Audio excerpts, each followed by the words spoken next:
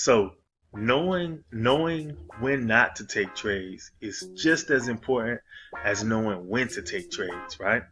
So the way that you make money, a lot of times the way that you make money in the forex market or any financial market is to just simply not lose money. Sometimes you just got to stay on the sideline, wait till the coast is clear, and then you hop into the trades. So let me show you guys what I mean. If you look at the chart right now, you see I'm on the AUD USD, right? Now, I'm on the daily time frame, okay? Now, let me also say, the way that you get clear trend direction as to what's going on in the market, the way you should be making your trading decisions, you should always start on the higher time frames, right? So I'm looking at this price on the daily time frame. So if I'm on a daily time frame, then you know these support and resistance levels that I'm looking at are from the weekly time frame, right? These are weekly levels of support and resistance, because whether you are using an indicator that automatically plots your support and resistance, or whether you are manually putting in your support and resistance, you should always use one time frame higher to add your support and resistance to the time frame that you're going to be trading from. Alright, so when you see the support and resistance levels on the daily time frame, just remember they're coming from the weekly. These are weekly levels of support and resistance, right? Alrighty, so what we see on the chart right now, we see price came out this week. It moved up. Price came up, moved up. It consolidated just a little bit in this area, and now price has moved up again. But what do we have here, right? Price has ran right into this level of resistance, and because of this indicator that I currently use, the 0.0 support and resistance indicator, it shows you how long this level has been a level of resistance. So this level has been resistance for 4 years, right?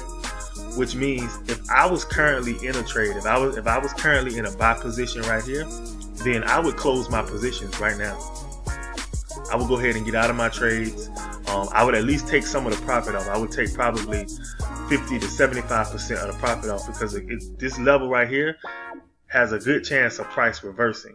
Not to mention, we're coming into Wednesday of the trading week, and you know that most weeks we always get a midweek reversal in the market. So if this price does reverse, if it tries to go through and it does reverse, that would be in line with what we expect to happen on a Wednesday or early Thursday during the trading week for price to show us a midweek reversal.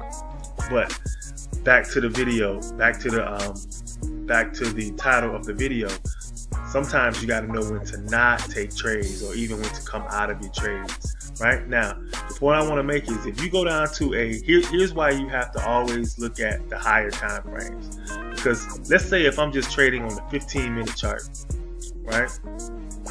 If I'm just trading on the 15-minute, well, I don't have any support and resistance plotted on the 15 minutes. Let me go to the 1 hour time frame. So let me go. All right. So you see right here on the 1 hour, that weekly support and resistance level, it doesn't really come in. It doesn't really show, because these are showing the support and resistance levels from the 4 hour time frame, right? So it doesn't really show right here. It just shows prices going up. And if you are still trading this price up, thinking that price is going to continue up, it may continue to the upside, but there's a good possibility that price is about to reverse and give you a really long reversal right here. It's going to give you a nice move to the downside, a reversal, if it does reverse, probably even lower than that, right? So, but if you're not looking at the higher time frames, if you don't go up to the 4 hour, right?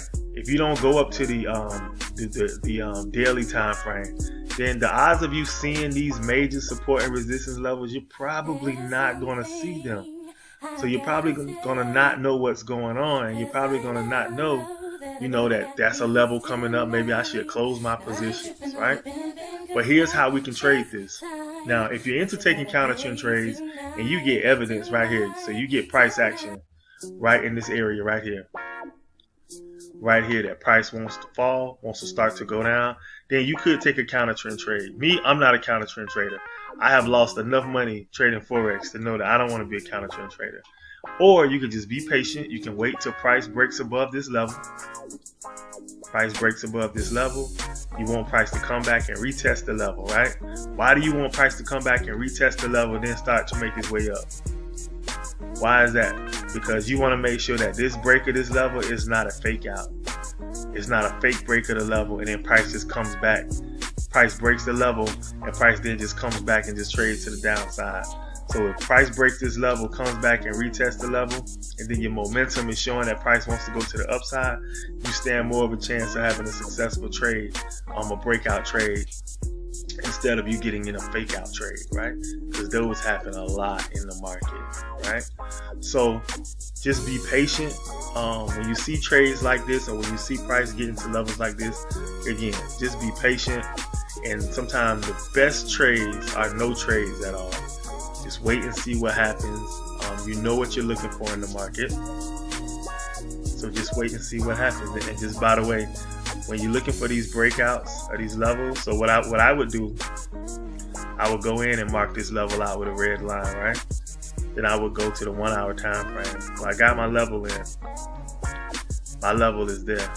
So I would wait for a breakout of this area, wait for price to come back and retest and trade it up, right? That's how I would play this trade. But be mindful that I think price is going to at least fall, right? See, the momentum is starting to turn down as well. So sometimes the best trades is no trades at all. All right, guys. Forex King, I'm out.